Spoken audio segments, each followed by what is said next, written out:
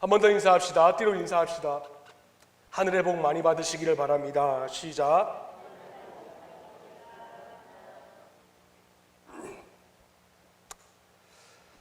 예배를 드리면은 여기 아크릴판에 저기 뒤에 유리창에 빛이 들어옵니다. 들어와서 누구의 얼굴이 비치냐면은 주진규 장로님의 얼굴이 여기에 비칩니다. 유튜브 동영상을 볼 때 우리 교회 교인 가운데 주진규 장로님만 있는 줄로만 알고 있는 교회가 있습니다. 저한테 전화가 오는데요.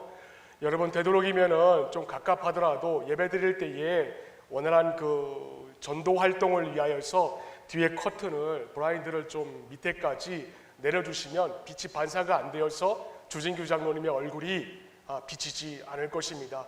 워낙 또 주진규 장로님의 얼굴이 크다 보니까 여기 이 화면에 지금 꽉 찹니다. 유념하여 주셔서 앞으로는 블라인드를 좀 답답하더라도 끝에까지 좀 내려주셨으면 대단히 감사하겠습니다. 우리 다시 한 번 더 인사합시다.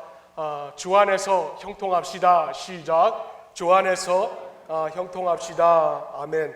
우리 한 번 더 합시다. 젊은 영성을 소유합시다. 시작. 젊은 영성을 소유합시다. 아멘. 오늘 저는 민수기 12장 1절로부터 3절까지의 말씀을 통하여서 후불은 없습니다. 후불은 없습니다. 라는 제목으로 이제 하나님의 말씀을 증거하도록 하겠습니다. 여러분 예배를 왜 드리십니까? 원초적인 질문을 제가 먼저 하나 드리고 시작을 하겠습니다. 여러분 예배를 왜 드리십니까? 여러분 왜 예배당이라는 건물에 이렇게 비 오는 날 나와서 이렇게 앉아 계십니까? 특별히 오늘 아마 다들 이 저기압으로 인하여서 아침에 일어나기가 녹록치는 않았을 것입니다. 저도 그런 경험을 했기 때문에 그렇습니다. 여러분 왜 주일날, 특별히 일요일날 왜 여기에 나와서 이렇게 앉아 있습니까? 제가 이번 주 한 주간에 있어서 아주 유명한 축구 선수의 이야기를 듣고 제가 감동을 받았습니다. 뭐냐면은 얼마 전 영국의 프리미엄 리그에서 토트넘과 맨체스터 시티가 붙었습니다. 그리고 힘겹게 1대0으로 토트넘이 승리의 잔을 마셨습니다. 그런데 그 축구 경기에서 유독 제 눈에 들어오는 선수가 한 명 있었습니다. 그 자가 누구였냐면은 여러분들이 잘 알고 있는 바로 손흥민 선수라는 자입니다. 그에게 와서 한 기자가 와서 묻습니다. 뭐라고 묻냐면은 당신 승리의 비결이 무엇이라고 생각하느냐 라고 인터뷰를 요청합니다. 그자 그 손흥민 선수가 그 기자에게 이렇게 말하였습니다. 제 인생에서 공짜로 얻은 것은 하나도 없었습니다. 전부 죽어라 노력해서 얻은 결과물이라고 믿습니다. 드리블과 슈팅 그리고 컨디션 유지와 부상 방지 때문에 어제 값을 치른 대가를 오늘 받고 내일 받은 대가를 위하여서 오늘 먼저 값을 치릅니다. 후불은 없습니다. 저는 지금 자제하고 저는 지금 훈련하면서 꿈을 향하여서 달리고 있습니다. 라고 그렇게 인터뷰를 하는 것을 제가 보았습니다. 제가 그 인터뷰를 보면서 저 안에 감동이 물결이 치기 시작을 하였습니다. 왜냐하면은 우리의 영적인 신앙에도 바로 이 손흥민 선수가 인터뷰했던 이 말들과 똑같이 적용되는 부분이 있기 때문에 그렇습니다. 여러분 이 손흥민 선수는 일개 젊은 축구 선수였습니다. 우리가 왜 예배를 드리느냐, 또 왜 우리가 젊은이들의 찬양에 맞추어서 함께 찬양을 하고 왜 우리가 말씀을 들어야 되며 왜 우리가 하나님 앞에 나와서 기도를 해야 되며 왜 우리가 평범한 교회를 뛰어넘어서 더 위대한 교회로 발돋움하는 것인지에 대하여서 이 손흥민 선수가 우리에게 가르쳐주고 있는 거라고 생각을 갖기 때문에 그렇습니다. 교회 공동체 여러분 좋습니다. 그럼 제가 하나 묻습니다. 교회 공동체와 여러분 세상의 그룹과 차이가 나는 것이 무엇이 있습니까? 교회 공동체와 세상의 그룹과는 본질적으로 완전히 판이하게 다른 성격의 공동체여야 합니다. 건물이 화려합니다. 넓은 주차장을 소유하였습니다. 여러분 그 교회가 좋은 교회일까요? 절대로 그렇지 않습니다. 정말 좋은 교회는 교회의 존재 이유와 왜 교회가 여기에 있고 왜 우리가 예배를 드려야 되는지 그 존재 동기와 맞게끔 방향의 좌표가 설정이 되어서 그 좌표대로 목적지를 향하여서 가는 교회가 정말로 좋은 교회라는 것입니다. 그래서 예수님은 우리에게 늘 이와 같이 말씀하셨습니다. 결과가 중요한 것이 아니라 동기가 중요하다. 동기가 진짜 중요하다라고 예수님은 늘 우리에게 말씀을 하셨습니다. 그러나 세상의 기준으로 본다면 어떻습니까? 동기는 별로 중요하지 않습니다. 세상의 시각으로 바라봤을 때는 동기보다는 항상 결과가 중요합니다. 얼마나 큰 액수로 구제를 했는가, 또 얼마나 지역사회에 능력 있게 구제했는가, 또 얼마나 큰 액수로 구제를 하고 도왔는가, 그 결과가 중요합니다. 여러분, 그런데 정작 중요한 것이 무엇입니까? 다른 것이 아니라 동기가 뭐냐라는 것이에요. 여러분, 고아중앙교회 동기가 무엇입니까? 묻습니다. 왜 고아중앙교회가 왜 여기에 설립이 되었습니까? 여러분, 그런 거 한번 생각해 보셨은 적 있습니까? 왜 고아중앙교회가 구미시, 고아읍 이 관심을 받아야 되는 이 지역에 왜 황들길 20에 왜 존재해야 되는가라는 것입니다. 왜 고아중앙교회가 왜 영원구원해야 됩니까? 왜 고아중앙교회가 영원구원하는 것도 모자라서 제자를 삼는 이 사역에 왜 최고의 가치를 두어야 되는가? 여러분, 이거 한번 생각해 보신 적이 있습니까?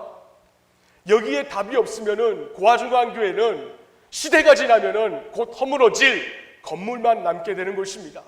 왜?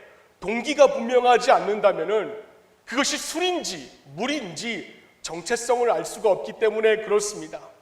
여러분, 우리는 지난 석 주 동안 분노라는 주제를 가지고 계속 우리가 살펴보고 있었습니다. 처음에는 예배의 최고의 가치를 드리지 못한 데에서 기인한 분노자 가인이라는 자에 대해서 살펴보았습니다. 두 번째는 인간에게 시각을 돌리는 데에서 분노가 기인한 아브라함의 아내 사라에 대해서 우리가 나누어 왔습니다. 그리고 세 번째는 수용성과 집중을 통하여서 분노를 해결한 바로 요셉에 대하여서 제가 정리를 해드렸습니다. 석주간에 있어서 분노에 관해서 이 정도의 설교를 접했다면은 여러분, 내적으로는 분노에 대하여서 입장 정리가 다 되어야 하는 것입니다. 묻습니다. 여러분, 예수 믿는 사람이 화를 낼 수 있을까요? 여러분, 어떻게 생각하십니까? 예수 믿는 사람이 화를 낼 수 있을까요? 또 예수 믿는 사람은 화를 표현하면은 여러분 안 될까요? 답은 예수 믿는 사람도 얼마든지 화를 표출할 수 있다는 것입니다. 분노를 표출할 수가 있습니다. 그러나 거기에는 단서 조항이 하나 붙습니다.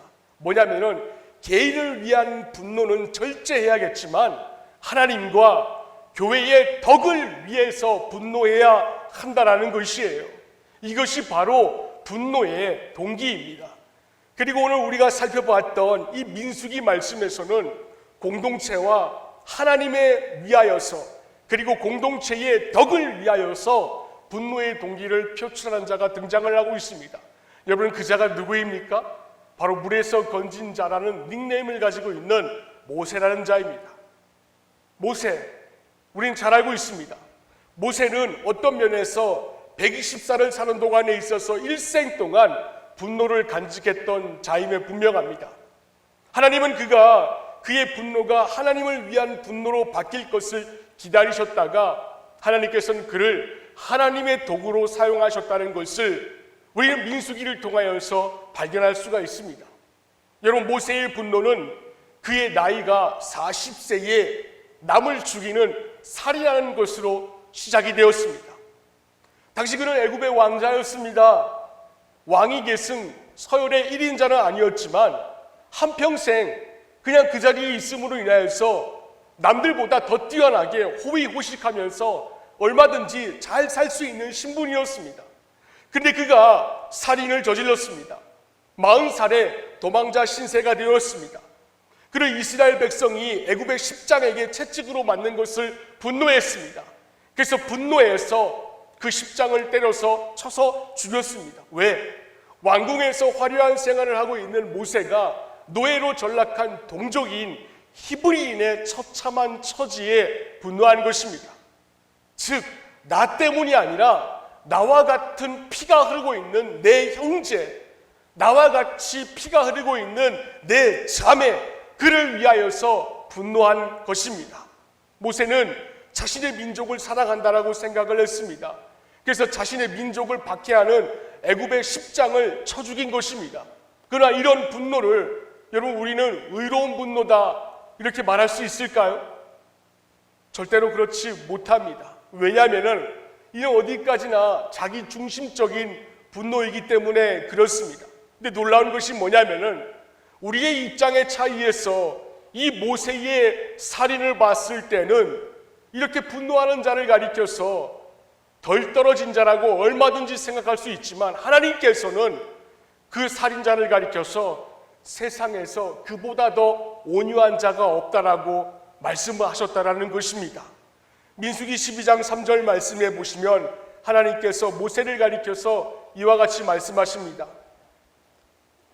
이 사람 모세는 온유함이 지면의 모든 사람보다 더하더라. 이 사람 모세는 살인자입니다.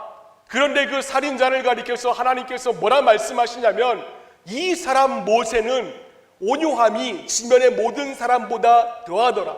세번역 성경에는 모세로 말하자면 땅 위에 사는 모든 사람 가운데서 가장 겸손한 사람이다. 가장 겸손한 사람이다. 여러분, 때문에 우리가 알 수 있는 것은 비록 자기 중심적인 분노라고 할지라도 하나님께서는 이런 모세의 열정을 귀하게 쓰셨고 이 분노가 의로운 분노로 바뀌게 하셨다라는 것입니다. 그럼 질문 한 가지 드립니다. 여러분의 생각에는 화가 난다라고 이렇게 남을 죽였던 모세가 온유하다라고 보이십니까? 과연 겸손이 무엇이고 하나님께서 말씀하신 그 온유가 무엇이기에 하나님은 모세를 지상에서 최고로 온유한 사람이라고 말씀하신 것입니까? 모세는 살인을 저지른 후에 도망자 신세가 되었습니다. 그리고 광야에서 떠돌게 되었습니다. 그런 가운데 그는 장인 이드로를 만나서 양떼를 치는 목자가 되어버리고 말았어요. 자, 목자입니다.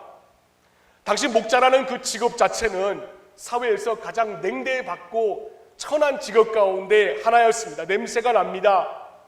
지저분한 직업이었어요. 그래서 모세에게 목자의 삶이 얼마나 한탄스러웠으면은 모세가 아들을 낳고 그 이름을 게르솜이라고 지었습니다. 여러분, 게르솜이라는 그 이름의 의미는 나그네라는 뜻입니다. 무슨 말씀입니까? 아들의 이름을 지으면서 내 처지가 나그네구나, 자신의 처지에 빗댄 것입니다.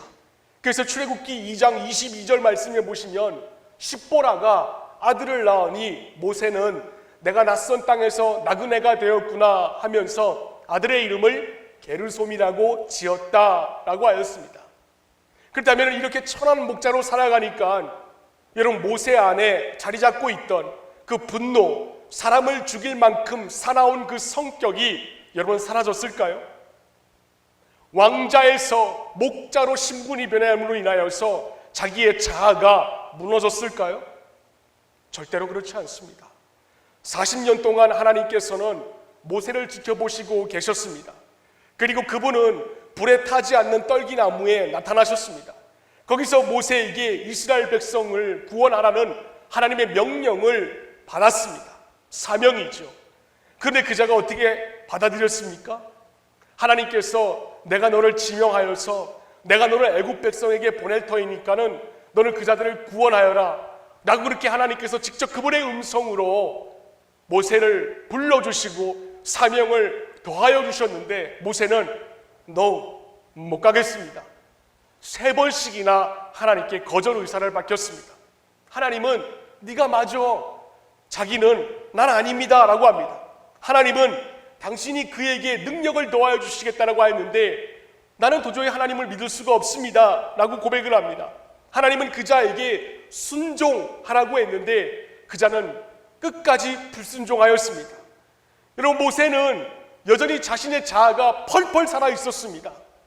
자기 자신을 부인하지 않는 그 자아가 끝까지 펄펄 살아 있었습니다. 청년들, 제가 지난번에 단톡방에 제가 읽었던 그 책의 모습을, 책장을 스크랩해가지고 여러분들 단톡방에 올려드렸습니다. 저는 여러분들이 그 책을 한 페이지밖에 안 되기 때문에 다 한 번씩은 시간 날 때마다 보았을 거라고 생각이 듭니다. 그래서 제가 묻습니다. 많은 사람들이 하나님 앞에서 능력 있게 서지 못하는 이유가 무엇입니까? 여러분 생각은 그게 무엇이라 생각이 드십니까? 답은 딱 하나입니다. 내가 살아있고 내 자아가 강한 사람은 하나님 앞에서 절대로 쓰임받지 못합니다. 왜? 그런 사람은 하나님의 말씀에 순종하기보다는 자기의 이성의 종이 되어버렸기 때문에 그렇습니다. 자기의 생각이 있습니다. 자신의 신념이 있고 내 이성이 있습니다. 그게 펄펄 살아면 하나님의 말씀에 절대로 순종하지가 못합니다. 또 자기의 생각과 자기의 신념에 하나님의 말씀이 적합하게 맞아들이면 그제서야 순종을 합니다. 하지만 자신의 생각과 신념에 맞지 않으면 그것이 아무리 하나님의 말씀이라고 해도 내 뜻과는 다르기 때문에 거부합니다. 목사가 설교합니다. 그러면 100번의 설교 중에 99번은 은혜를 받는데 한 번은 굉장히 화가 나서 목사를 찾아오거나 장문의 문자를 보내는 자가 있습니다. 그것은 자기가 이제껏 가지고 있던 생각과 조금 다른 말씀을 듣고 내 안에 있는 그 자의식이 충돌하여서 분노가 일어났기 때문에 그렇습니다. 근데 그 자는 하나님의 백성이 아닙니다. 왜냐하면 하나님의 백성은 하나님의 말씀에 자신의 자아를 다 내려놓고 온전히 순종하기 때문에 그렇습니다. 그래서 하라 하면 하는 것입니다. 하지 말라 하면 안 하는 것입니다. 근데 모세는 하지 말라고 한 것을 한 자입니다. 여러분 생각은 어떠십니까? 하나님의 명령도 거절하는 모세가 여러분 생각에는 온유한 사람처럼 보이십니까? 근데 하나님은 이런 그를 가리켜서 지상에서 최고로 온유한 사람이라고 하였습니다. 이상하지 않습니까? 근데 이뿐만이 아닙니다. 모세는 지금까지보다도 더 크게 분노한 일이 있었습니다. 모세가 시내산에서 하나님께 십계명이 적힌 두 돌판을 받았습니다. 그리고 가슴이 알았습니다. 근데 그동안 이스라엘 백성들은 금송아지를 만들어서 그 시내산 밑에서 이 신이 우리를 애굽에서 인도해낸 신이라고 합니다. 왜냐하면 지금까지 눈에 보이고 눈에 보여서 의지하던 그 모세가 아무리 기다려도 내려오지 않는 거였습니다. 그래서 이들은 눈에 보이는 것이 필요하였습니다. 그리고 하나님을 대신하여서 귀걸이를 떼고 발찌를 떼서 그걸 녹여가지고 금송아지를 만들어서 눈에 보이는 그 신을 의지하려고 했던 것입니다. 여러분, 십계명의 주체가 누구입니까? 십계명의 주체는 사람이 아닙니다. 십계명의 주체는 하나님이십니다. 때문에 하나님이 이스라엘 백성들을 위하여서 직접 돌판에 새기신 계명입니다. 여러분 집중하시기를 바랍니다. 십계명은 하나님께서 하나님을 위하여서 10 커맨드를 만드신 것이 아니라 하나님께서 당신을 따라가고 있는 영혼들을 위하여서 만드신 하나님의 계명이라는 것입니다. 그런데 그 현장 가운데 여러분 모세가 어떻게 행동을 하였습니까? 시내산에서 그 십계명이 적힌 두 돌판을 가슴에 안고 내려오다가 시내산 밑에서 금송아지를 만든 그 자들을 바라보면서 용서해주고 자비를 베풀며 사랑을 베풀었습니까? 성경에 그렇게 나와 있지 않습니다. 성경에는 모세가 그 두 돌판을 가지고 이스라엘의 악한 모습을 바라보면서 두 돌판을 내리쳤다라고 기록이 되어 있습니다. 그리고 주님의 편에 설 자들은 자신에게 나아오라고 합니다. 성경은 이 일로 인하여서 3,000명이 죽었다라고 하고 있습니다. 여러분 하루에 3,000명이 죽었다라고 하고 있습니다. 성경을 가만히 보면은 몸서리칠 때가 종종 있습니다. 어떻게 하나님께서 이와 같이 하실 수가 있는가?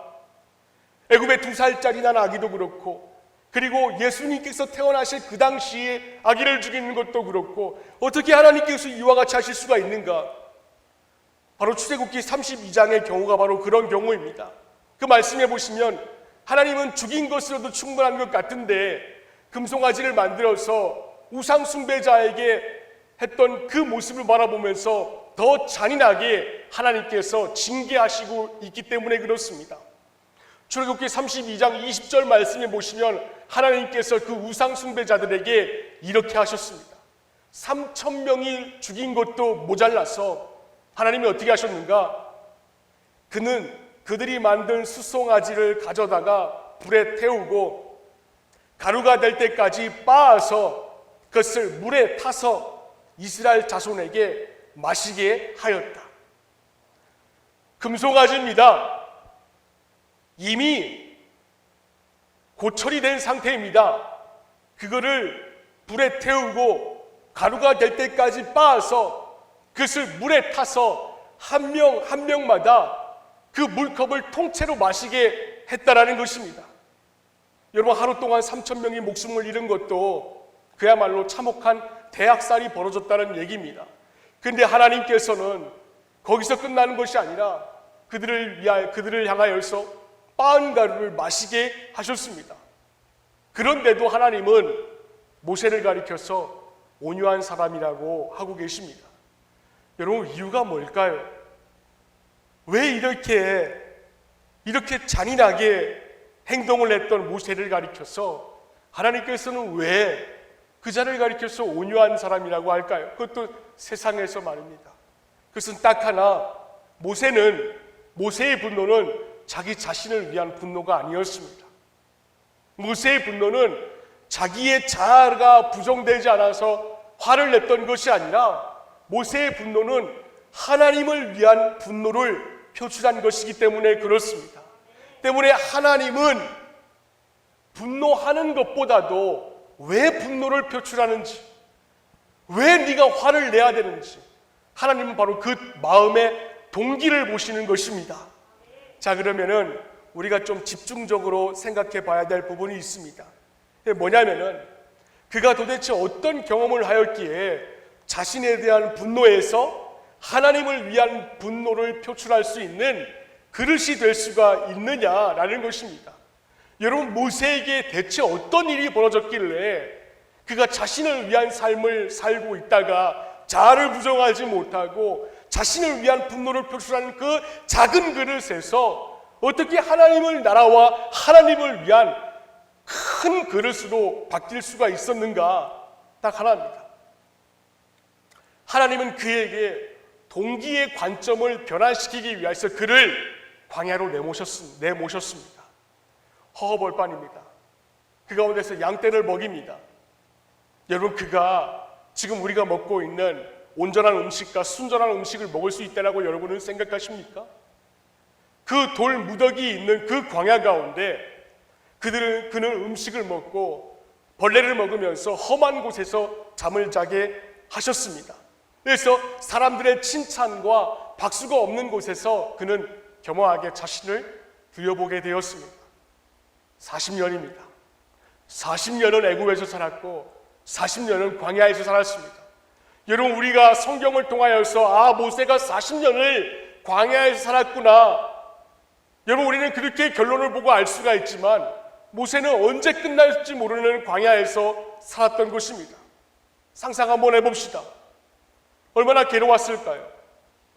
그런데 그 40년간의 광야 생활을 통하여서 하나님께서는 그 모세라는 자를, 자기의 자아를 부정하지 못하고 분노를 표출했던 그 모세를 온실 속에서 광야의 잡초 같은 모세로 변화시켜 주셨습니다. 때문에 하나님의 일을 하려고 하는 사람은 여러분 반드시 하나님과의 직접적인 만남이 있어야 하는 것입니다. 왜냐하면은 여러분, 하나님을 믿는 사람은 하나님을 만나면은 인생의 모든 문제가 다 해결되기 때문에 그렇습니다. 어느 날 모세가 호렙산에 올라갔습니다. 신의 산이죠. 그 가운데서 떨기나무 가운데 하나님을 만났습니다. 근데 떨기나무는 불붙어 있었습니다. 하지만 그 나무는 타지 않았습니다. 무슨 말입니까? 하나님께서 모세를 가리켜서 모세, 네가 모세 네가 바로 떨기나무다, 그 말입니다. 하나님이 함께 하시면 자기 자아와 그 안에 있던 개인적인 분노가 성령의 불로 불타서 없어지는 것입니다. 그리고 이제는 하나님의 능력으로 불붙은 떨기나무가 다 되는 것입니다. 때문에 하나님이 함께 하시는 떨기나무는 불은 붙었으나 그 나무는 타지 않는 것입니다. 고갈되지도 않습니다. 능력이 소진되지도 않습니다. 왜냐하면 하나님의 불이 붙어있기 때문에 그렇습니다. 여러분, 교회에서 우리가 많은 사역을 감당합니다. 어떤 분은 3개, 4개 사역을 감당하시는 분도 계십니다. 교회에서 하나의 사역을 하면은 교회는 또 하나의 사역을 더 바라기 때문에 애초에 사역을 물어볼 때 못한다고 얘기해야 되는 것이 여러분 맞는 것입니까? 틀린 것입니까? 여러분 마음에는 이미 다 그 정답을 갖고 있을 것입니다.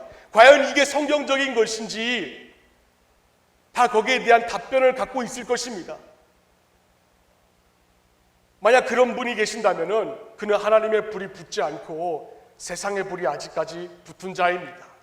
왜냐하면은 세상의 불은 고갈되어서 재로 만들어버리기 때문에 그렇습니다. 그러나 하나님의 불이 붙은 자는 마르지 않는 샘물과도 같은 자들입니다. 그런 자는 성령께서 은혜를 주시어서 봐도 그 물이 끝이 나지 않습니다. 계속적으로 좋은 물만 나오고 귀한 물만 나오고 온 짐승들의 갈증을 해소할 수 있는 새벽 이슬과도 같은 존재가 되는 것입니다. 이런 자는 옆에만 가도 좋은 공기와 같은 자입니다. 때문에 문제는 바로 이것입니다. 하나님의 불로 자아를 부정하고 그분의 능력으로 야성을 가지고 광야를 살아가고 있는가? 아니면 아직까지 세상의 불로 자기 고갈의 현상을 느껴서 매일같이 온실 속의 화초와 같은 삶을 살아가고 있는가? 바로 이 두 가지라는 것입니다. 때로 교회 사역을 한 후에 고갈이 따라올 수가 있습니다. 이것은 과중한 일을 하고 난 다음에 난 후에 허탈감입니다. 이럴 때 어떻게 하면 좋겠습니까? 이럴 때는 잠시 쉬어야 됩니다. 그러나 중요한 것은 계속적으로 마냥 쉬면 안 된다는 것이에요. 왜? 우리 인간의 본성 자체가 게으르기 때문에 그렇습니다.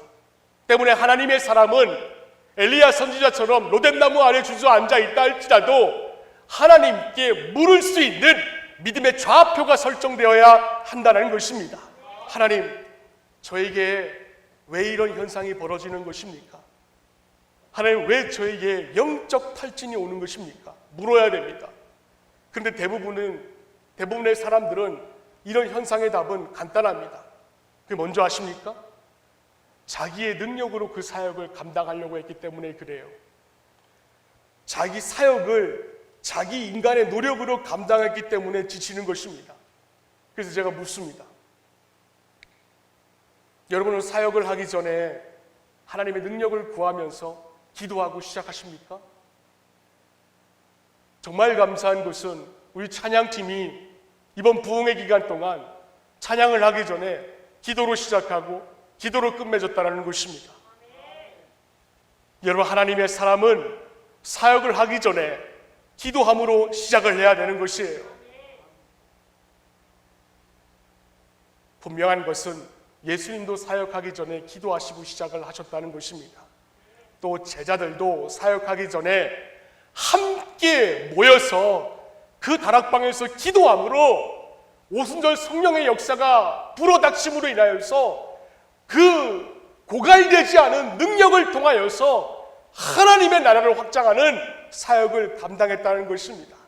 그래서 하나님께서 말씀하십니다. 베드로전서 4장 11절 말씀해 보시면 봉사하는 사람은 하나님께서 주시는 힘으로 봉사하는 사람답게 하십시오 라고 하였습니다. 봉사하는 사람은 사람이 주는 힘으로 감당하는 것이 아니라 하나님께서 주시는 힘으로 봉사하는 사람답게 하시라는 것입니다. 왜? 여러분, 왜? 왜 여러분들이 하나님이 주시는 힘으로 해야 됩니까? 베드로전서 4장 11절 하반절 말씀해 보시면 하나님께서 이와 같이 말씀하십니다. 그리하면 하나님이 모든 일에 예수 그리스도로 말미암아 영광을 받으실 것입니다. 우리가 사람의 능력으로 사역을 하는 것이 아니라 하나님의 능력을 받아서 고갈되지 않은 그 능력을 통하여서 교회의 모든 평신도 사역을 감당한다면은 그 일을 사람이 영광을 받는 것이 아니라 하나님이 영광을 받으신다라고 하나님이 말씀하셨습니다. 때문에 여러분, 사역을 받으실 분은 사람이 아닙니다. 이번 부흥회 때 찬양팀 정말 애 많이 쓰셨습니다. 제가 별로 칭찬은 잘 안 하는 사람인데 정말 애 많이 쓰셨습니다. 심영춘 목사님하고도 얘기를 하고 전화를 했지만은 찬양팀이 사람 바라보지 아니하고 회중이 적게 나오든 두 사람이 나와 앉아있든 오직 하나님만 바라보면서 찬양하는 그 모습에 많은 분들이 목자 목녀도 도전을 받았다라고 합니다. 정말 감사합니다. 여러분, 이 모습이 우리 젊은이들의 모습만 되어야 될까요?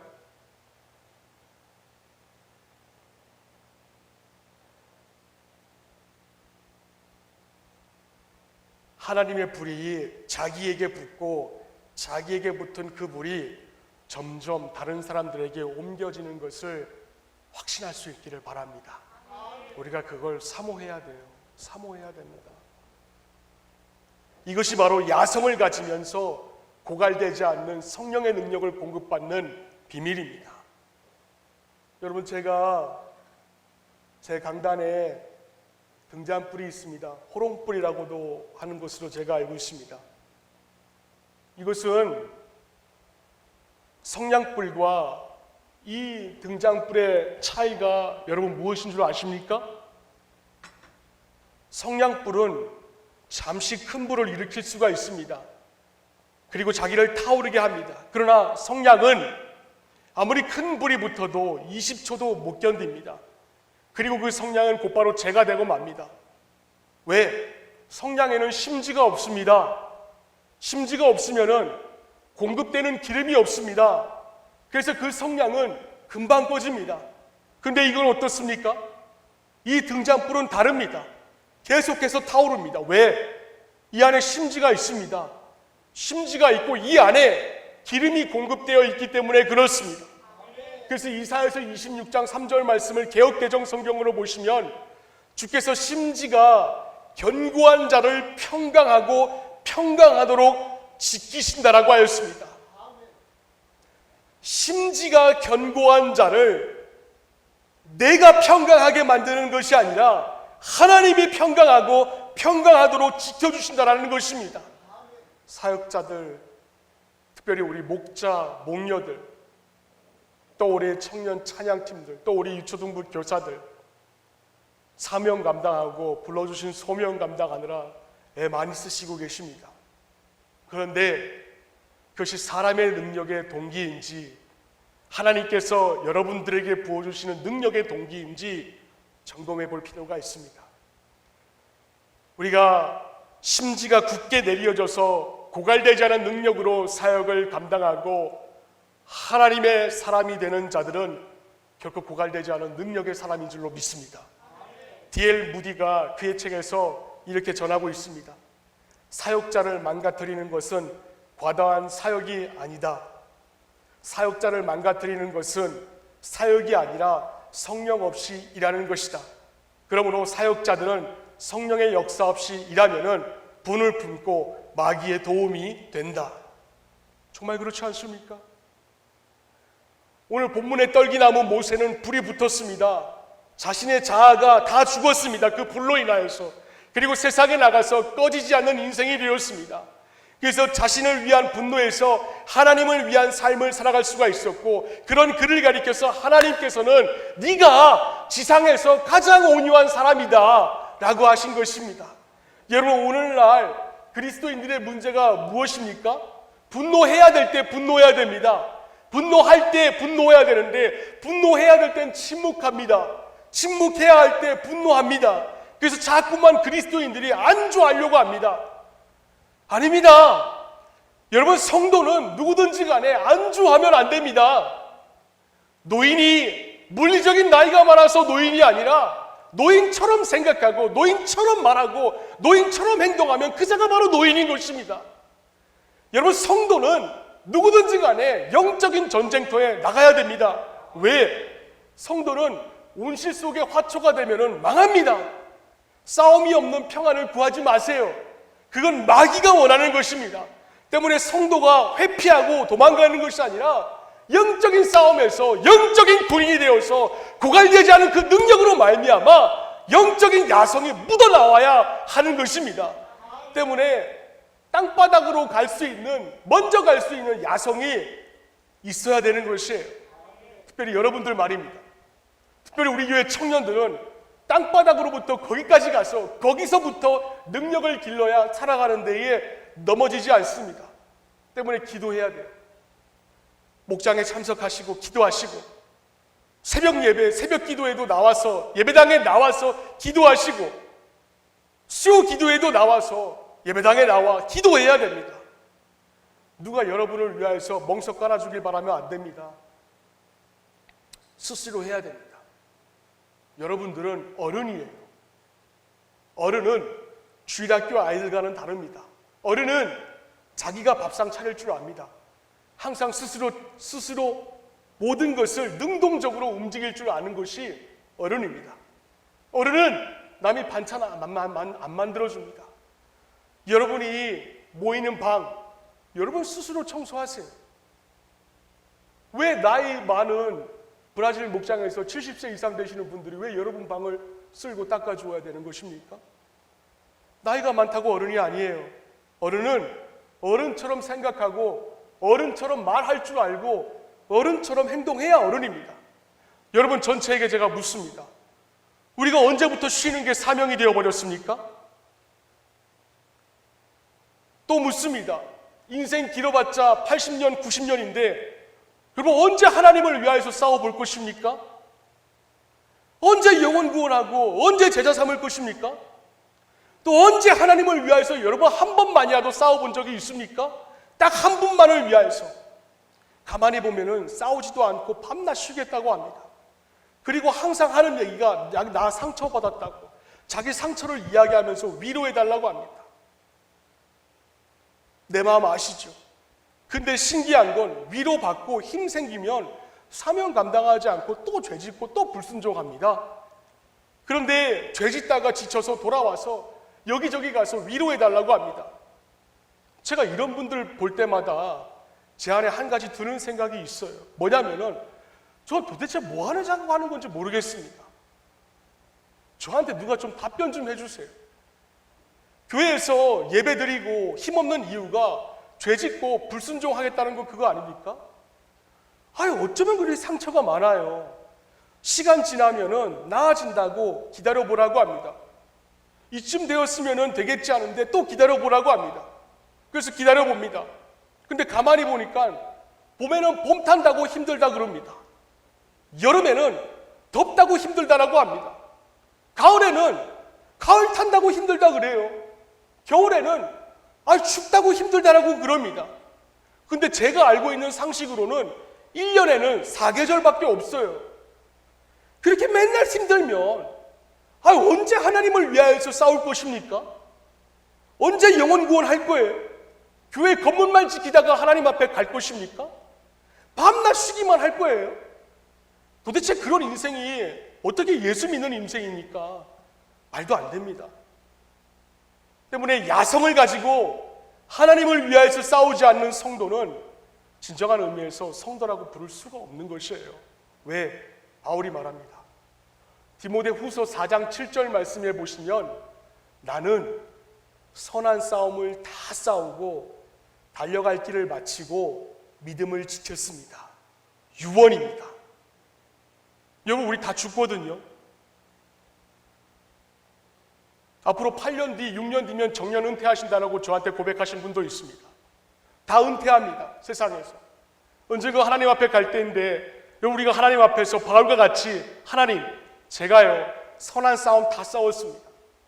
제가 믿음에 달려갈 길 다 마쳤습니다. 그리고 주님, 내가 믿음을 지키고 이 자리에 왔습니다.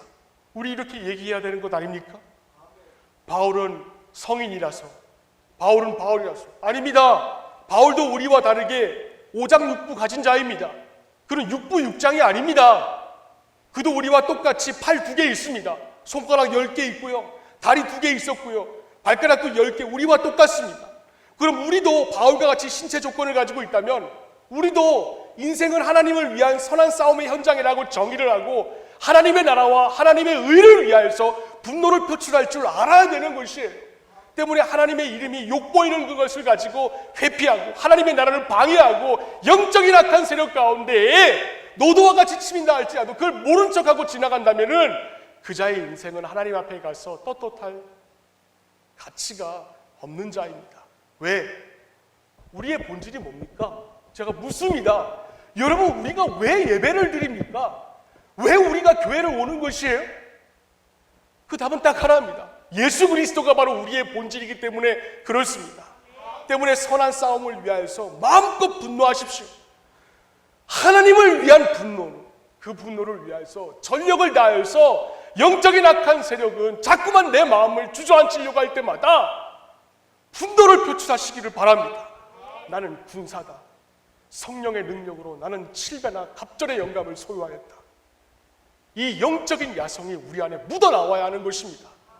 평범한 교회 좋습니다. 보통 교회 좋습니다. 위대한 교회 더 좋습니다. 그 위대한 교회가 아무나 우리가 성취할 수 있습니까? 아닙니다. 영적인 야성이 묻어나와야 위대한 교회도 될 수가 있는 것입니다. 예수님을 바라보시기를 바랍니다. 그분도 성전에서 분노하셨어요. 성전 건물 안에서 환전상이 속임수를 쓰며 제사를 드리러 오는 자들에게 비둘기와 양을 팔았습니다. 왜? 개인의 욕심을 위하여서 살았거든요. 자기 자아를 부인하지 못하고 자기 욕심을 위하여서 하나님을 위한 건물을 장사치들의 소굴로 만들었다고 상을 엎고 분노하셨기 때문에 그렇습니다. 때문에 하나님의 이름이 욕보이는 데서 분노하지 않는 것은 여러분 하나님 사랑하지 않는 것입니다. 분명히 기억하시길 바랍니다. 예수 믿는 사람은 남다른 분노를 가지고 있어야 됩니다. 하나님 때문에 분노할 줄 알아야 되고 이웃 때문에 분노할 줄 알아야 됩니다.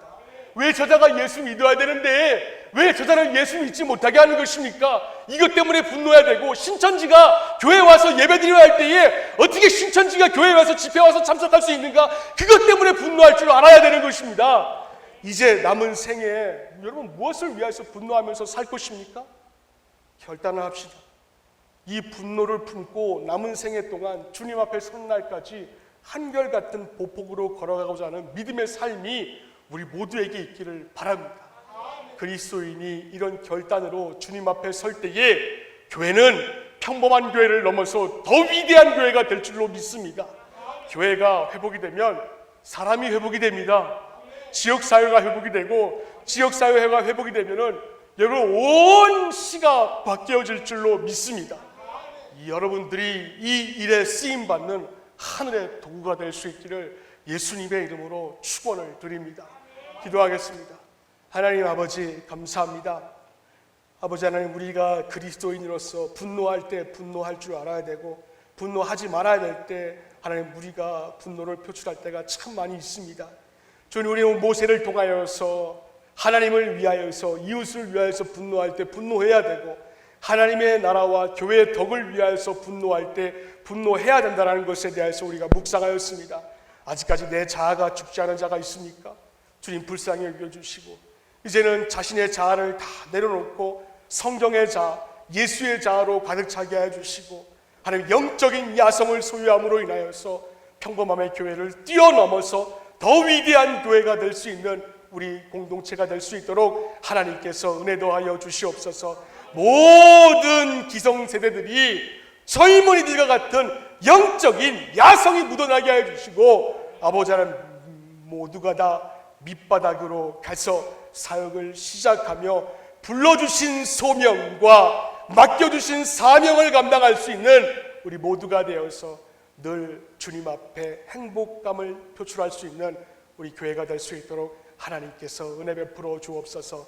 사람 바라보지 않게 해주시고 오직 예수 그리스도만 바라보게 해주시고 특별히 우리 청년들을 기억하여 주셔서 저들의 삶 가운데 새벽 이슬과 같이 존재할 수 있게 해주시며 아버지는 파도 그 샘물이 마르지 않는 축복을 우리 청년들에게 허락하여 주시옵소서.